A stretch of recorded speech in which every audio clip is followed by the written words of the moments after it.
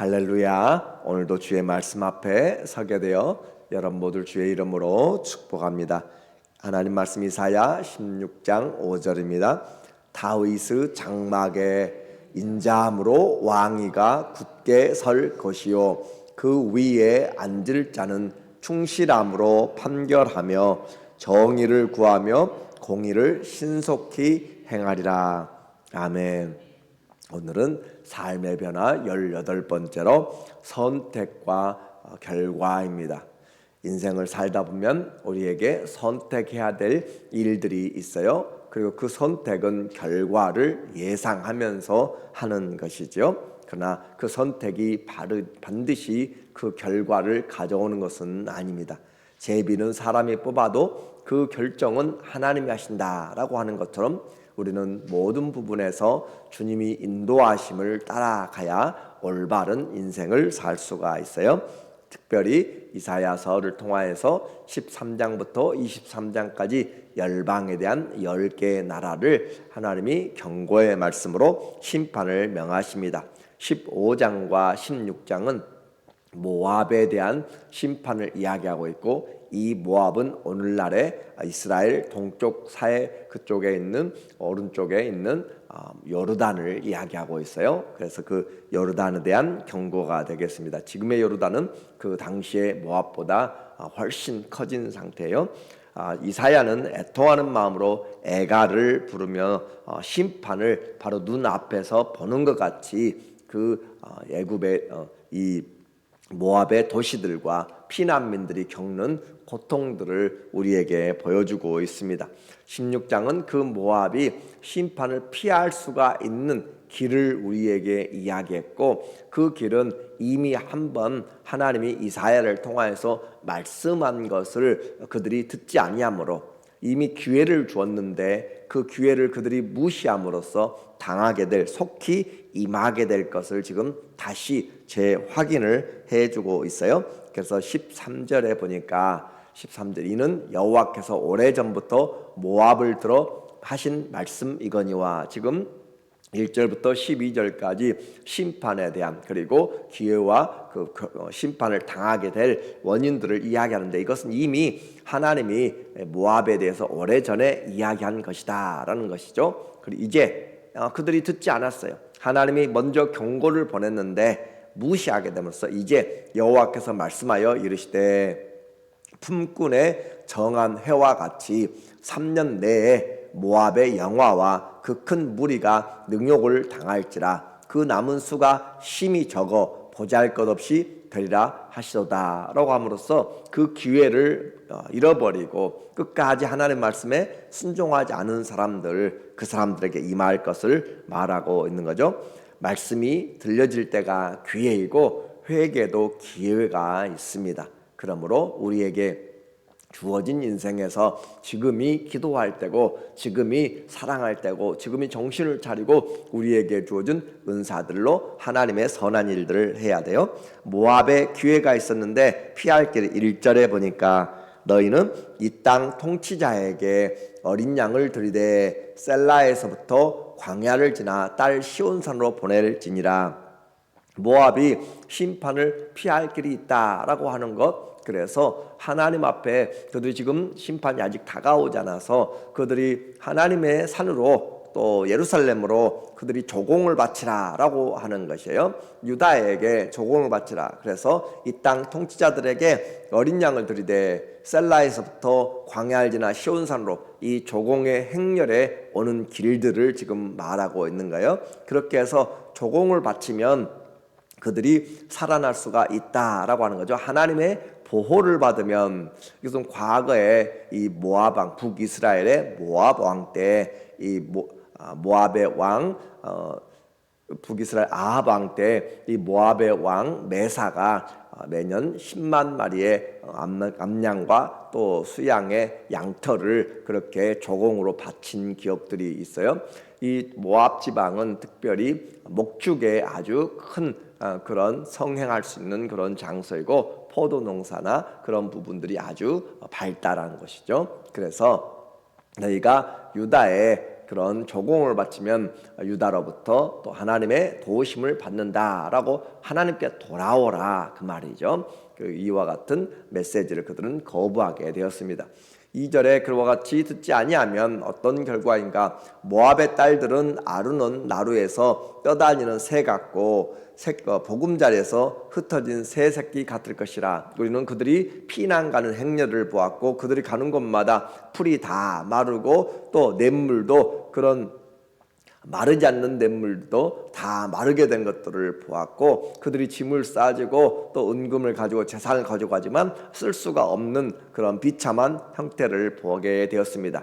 강이 피로 물들었던 그런 것들을 피난의 행렬들을 이야기하며 오늘 그들이 듣지 아니하면 모압의 딸들은 모압의 사람들이죠. 그 백성들은 아르논 나루에서 떠다니는 새 같고 아르논 강은 모압에서 가장 큰 강이에요. 그 강에 새가 날고 있는데 그 강 위에서 자리를 잡을 자리가 없다. 강의 한 가운데 있으면 새가 지치고 힘들어서 어떻게 쉴 자리가 없다는 것이죠. 그래서 아르논 나루에서 너도는 앉을 자리가 없고 쉴 만한 그런 여유가 없는 공간이 없는 내려앉지 못하고 계속 날기만 하다가 추락하게 되는 거죠. 또 보금자리에서 흩어진 새 새끼 같을 것이라. 보금자리에서 새끼가 태어나게 되면은 그곳에서 먹이를 먹고 자라면서 날개로 점점 커지면서 날 수가 있는데 낳자마자 떨어져 나간 것이에요. 둥지에서 떨어져 버렸으면 그 새는 살아갈 수가 없는 것이고 그리고 그 아르논 강가에서 그 작은 날개로 퍼덕이면서 어떻게 저 강을 또 건너갈 수 있을까? 그렇게 아주 힘들어진 상태를 말하고 있는 거죠. 그래서 모압에 향한 그런 하나님의 말씀을 듣지 아니하면 이들이 이와 같이 된다라는 것이죠. 또 한 번의 기회가 있었습니다. 이 유다에게 그들이 가서 도움을 요청하는 것이다라고 하는 거죠. 3절의 내용 보면 너는 여기는 유다를 이야기한다라고 구체적으로 표현을 지금 우리 보통 성경에 보면 공동 번역은 아예 야곱이여 그렇게라고 써 있어요. 너에게 대해서 야곱이여. 그래서 방도를 베풀며 공의로 판결하며 대낮에 밤같이 그늘을 지으며 쫓겨난 자들 숨기며 도망한 자들을 발각되게 하지 말며라고 하면서 모압에서 오는 피난민들을 지금 유다가 받아주라라고 그렇게 되어지는 내용입니다.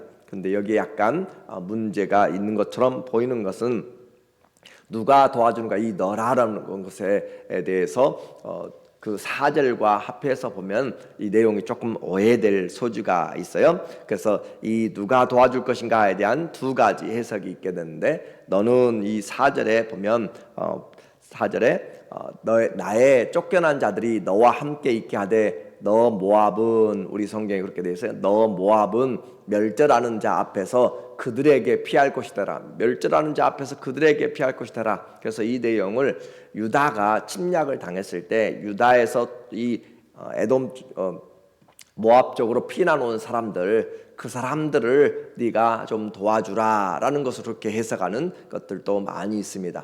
나의 쫓겨난 자들 하나님의 백성들이 유다가 침략을 받고 어려움을 당해서 남쪽인 사해 동쪽으로 피난 나오게 됐을 때 너 모압은 멸절한 자 앞에서 그들에게 피할 것이 되라 라고 하는 이 3절과 4절에 너가 반대 방향으로 그렇게 되어 있기 때문에 그래서 이 부분이 양쪽으로 해석이 되어지게 돼요. 대저 토색하는 자가 망하였고 멸절하는 자가 그쳤고 압제하는 자가 이 땅에서 멸절하였으며 그래서 이것을 이제 많은 다른 성경들 NIV나 ESV나 공동번역이나 NASV나 이것은 이 3절과 4절을 모두가 다 모압의 피난민들로 그렇게 해석을 하고 있습니다. 그래서 모압에서 쫓겨난 자들은 너 모압에서 쫓겨난 자들은 멸절하는 자 앞에서 그들에게 피할 곳이 되어지도록 유다에게 부탁하라라는 것으로 그렇게 해석을 해요.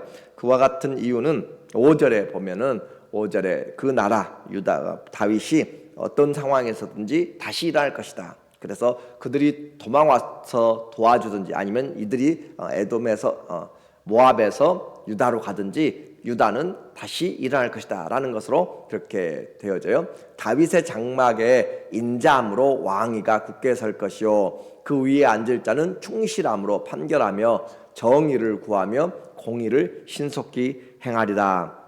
그래서 우리는 자연스럽게 이 내용을 보게 되면 지금 이 모압에 대한 심판을 명하고 있고, 그리고 그들이 어떻게 구원을 얻을 것인가라는 것을 통하여서 유다의 도움을 받으라라는 것으로 그렇게 일반적으로 이해하면 큰 문제는 없을 것 같아요.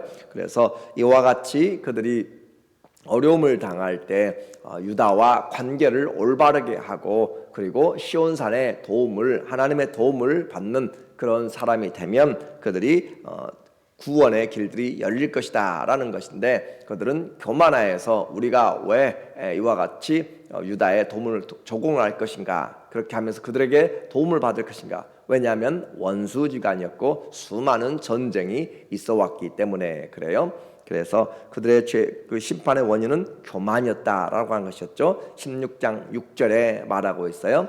우리가 모압의 교만을 들었나니 심히 교만하도다. 그 나라는 그 민족의 또 지도자들의 그 삶을 나타내는 것이죠. 모압의 교만을 들었나니 심히 교만하도다. 교만이 아주 심하다.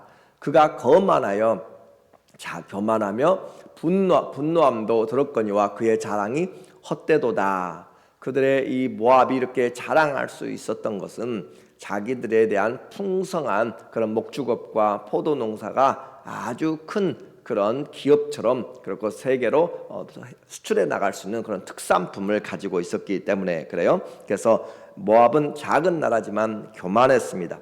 비옥한 토지에서 나오는 많은 농산물과 또 요새같이 되어져 있는 그런 천연적인 유리함으로 인하여서 하나님 없이도 우리 잘 산다라고 하는 것이죠. 그래서 하나님 없이도 잘 산다. 저 베들레헴에서 흉년이 들었을 때 베들레헴에서 나오미의 가족이 모압 지방으로 이민을 가게 된 것을 우리는 보게 돼요. 그래서 그와 같이 이 다윗의 가족의 그런 구성이 모압과 연결이 되게 되는 것이죠. 이 물질적으로 군사적으로 안정이 이 사람들에게 하나님께 감사가 아니라 교만한 상태로 나타나게 되었습니다. 또 그들의 남쪽에, 이 모압의 남쪽에는 에돔에서부터 이어지는 페트라라고 하는 바위 그 사이에 길이 있어서 도무지 사람들이 많은 군대가 지나갈 수 없는 그런 곳으로, 아무리 많은 군대가 와도 입구만 지키고 있으면 통과하지 못하게 되는 그런 천연적인 요새를 가지고 있었기 때문에 나라를 지키는 빗장 역할을 하게 된 것이죠. 모든 이런 군사적으로 또 경제적으로 이와 같이 안정이 되니까 그들은 교만하였다. 이들의 교만은 계속적으로 지금 이사야가 이야기했지만 120년 뒤에 예레미야의 상태에서도 전혀 변하지 않았습니다. 예레미야서 48장 29절에 보면 예레미야가 이야기하는 거예요. 우리가 모압의 교만을 들었나니 심한 교만 곧 그의 자고함, 스스로 높아진 것과 오만하고 자랑과 그의 마음에 거만이로다. 오히려 더 많아졌어요. 그래서 사람의 마음이 변하는 것 결코 쉽지 않습니다. 심판의 경고를 들어도 바꾸지 않습니다. 그래서 이와 같은 교만은 결국 심판을 당하게 되는 것이죠. 기회를 주었어요. 여호와의 말씀이니라. 내가 그의 노여워함에 허탄함을 안하니 그가 자랑하여도 아무것도 성취하지 못하였도다. 이렇게 이야기해요. 세상에 부요함을 가지고 하나님을 잘 섬기는 것 결코 쉽지 않습니다. 부자가 천국에 하나님 나라에 들어가는 것이 낙타가 바늘기로 들어간 것 같이 어렵다라고 그렇게 이야기하는 것은 세상이 너무 편안하고 내 마음대로 할 수 있는 것 같고 능력이 되는 것 같고 하나님의 도움 없이도 얼마든지 잘 살아갈 수 있을 것 같다라고 하는 것이죠. 그래서 교만한 자가 하나님 나라에 들어가는 것, 부자가 하나님 나라에 들어가는 것, 자기 자신의 영혼의 결핍함을 보지 못하고 육체의 만족, 쾌락을 찾는 자들은 하나님 앞에 나가는 것이 힘들다라는 거예요. 그래서 우리가 이미 보았던 이사야 14장 12절에도 바벨론의 교만함, 자기가 이제 높아져서 하늘 별들 위에 하나님의 그 북극 지폐에 자기 자신을 높이려고 했던 사단을 비유해서 이야기할 정도로 나라가 번성하게 되고 세계를 지배하게 되면 온 천하가 자기 손안에 있는 것처럼 교만하게 되는 것들을 우리는 역사 가운데서 많이 보게 됩니다. 이처럼 교만은 모든 죄의 시작이 된다라는 것이고, 그리고 그들은 하룻밤에 슬픔이 찾아오게 될 것을 우리는 말씀하고 있어요. 7절에 보니까 그러므로 그들이 교만하여서 거만하고 그렇게 되어서 심히 교만한 결과 하나님이 그들의 자랑들을 쓸어버리는 거예요.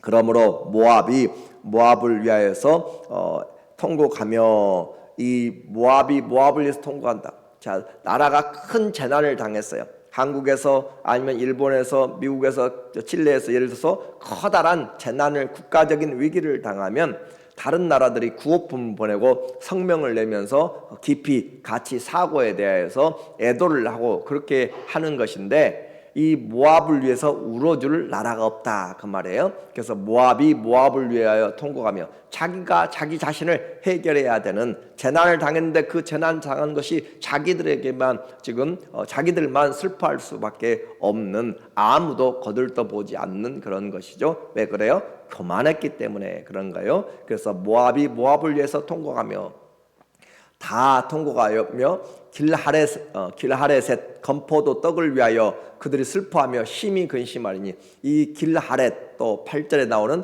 헤스본의 밭과 신마의 포도나무가 말랐습니다. 이 길하렛과 헤스본의 또 신마의 이 지역들은 아주 극상품의 포도로 말미암아서 너무너무 많은 돈을 벌었던 지역들이에요. 그래서 전에는 그들이 그 포도 가지가 얼마나 크고 풍성하여서 야살에 미쳐 광야에 이르고 그 싹이 자라서 바다 건너 수출까지 하고, 그런데 이제는, 과거에는 그렇게 그들의 자랑이었고 모든 것들을 가져다가 많은 돈들을 가져올 수 있는 그런 특산품이었는데, 이제는 열국의 주권자들이 그 좋은 가지를 꺾었도다. 이제는 전부 다 황폐화돼서 아무것도 얻을 수 없는 그런 자기들의 자랑거리가 다 막혀버리게 된 것을 말하고 있습니다.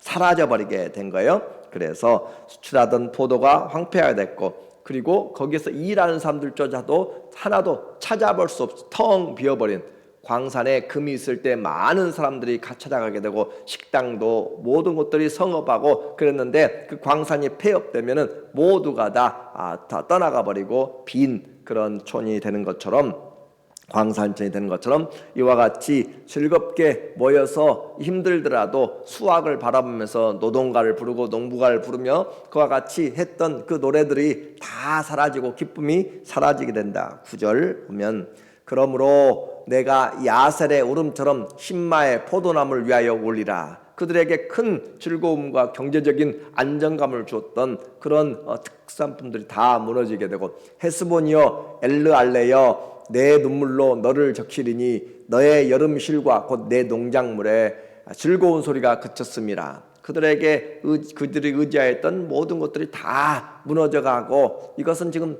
이 이사야가 단지 너희들 잘됐다라고 그렇게 하면서 하는 꼴 그렇게 보면서 비꼬는 것이 아니라, 이 이사야는 정말 마음 아픈 것으로, 악인이 멸망하는 것도 우리는 마음 아픈 것이죠. 그러면서 그와 같이 이 마음이 너무너무 힘들다라는 거죠. 내 눈물로 너를 적시며, 그렇게 이사야의 마음이고, 또 10절에 즐거움과 기쁨이 기름진 밭에서 떠났고 포도원에는 노래와 즐거운 소리가 없어지겠고 틀에는 포도를 밟을 사람이 없으리니 이는 내가 즐거움의 소리를 그치게 하였습니다. 그래서 하나님과 이사야의 그런 내용들을 지금 함께 1인칭으로 표현하면서 그 땅을 하나님이 심판하시고 그 하나님의 마음을 가지고 또 이사야가 노래하고 있어요. 모든 기쁨들이 다 사라져버린, 그래서 이사야는 눈물을 흘리며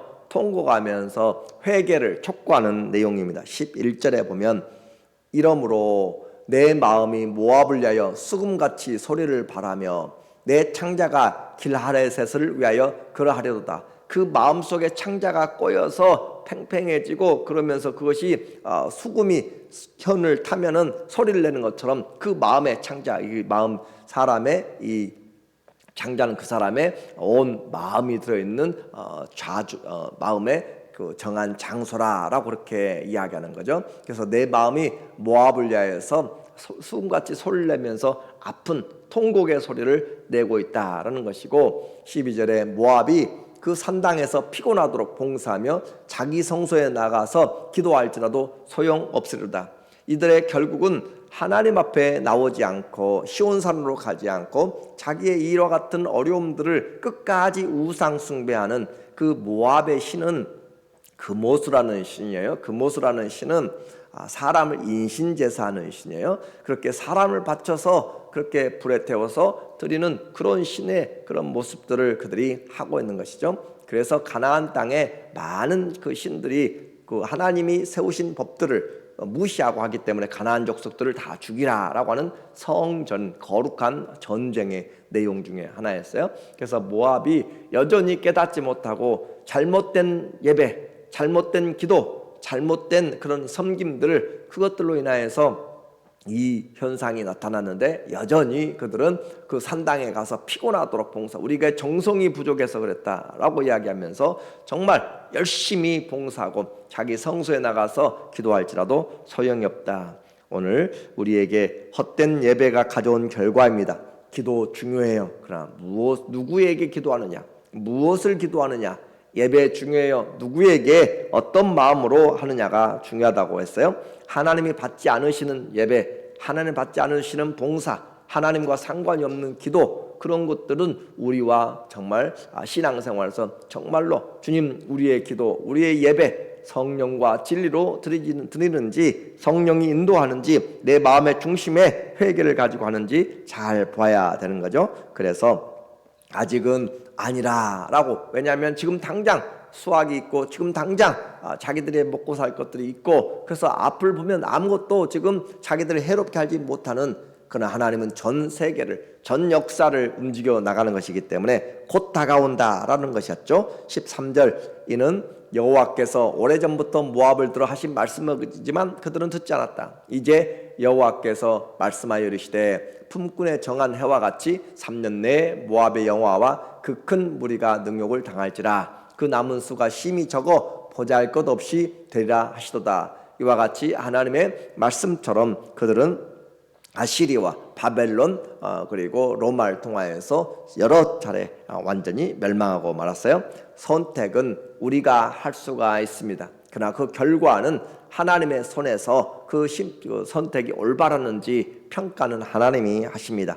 내가 심는 것으로 결국은 거두게 돼 있어요. 오늘도 우리에게 심을 수 있는 기회가 되는 것, 성령으로 심는 자는 성령으로부터 썩어지지 아니하는 영생을 거두게 됩니다. 오늘도 하나님 앞에서 주의 나라와 의를 위하여서 심고 사랑으로 심어서 주님이 기뻐하시는 의의 열매들이 풍성한 그런 인생의 삶이 되시기를 예수님의 이름으로 간절히 축원합니다. 아멘. 기도하겠습니다. 하나님 아버지, 오늘도 우리 앞에 이 사람 저 사람 이 일 저 일들을 많이 선택해야 됩니다. 기도하면서 하게 하시고 내 뜻이 아니라 하나님의 뜻 안에서 주님의 온전하신 뜻들을, 기뻐하신 것들을 바라보면서 선택하며 심어나갈 수 있도록 기회를 주시옵소서. 우리 모두에게 하나님 사랑이 넘치기를 원하며 끝까지 교만하지 아니하고 오히려 시간이 가면 갈수록 주의 사랑 우리 안에서 나타나 오직 나의 나 된 것은 주님의 은혜라 고백할 수 있는 믿음의 사람들로 인도하여 주시옵소서. 예수님의 이름으로 감사하며 기도합니다. 아멘.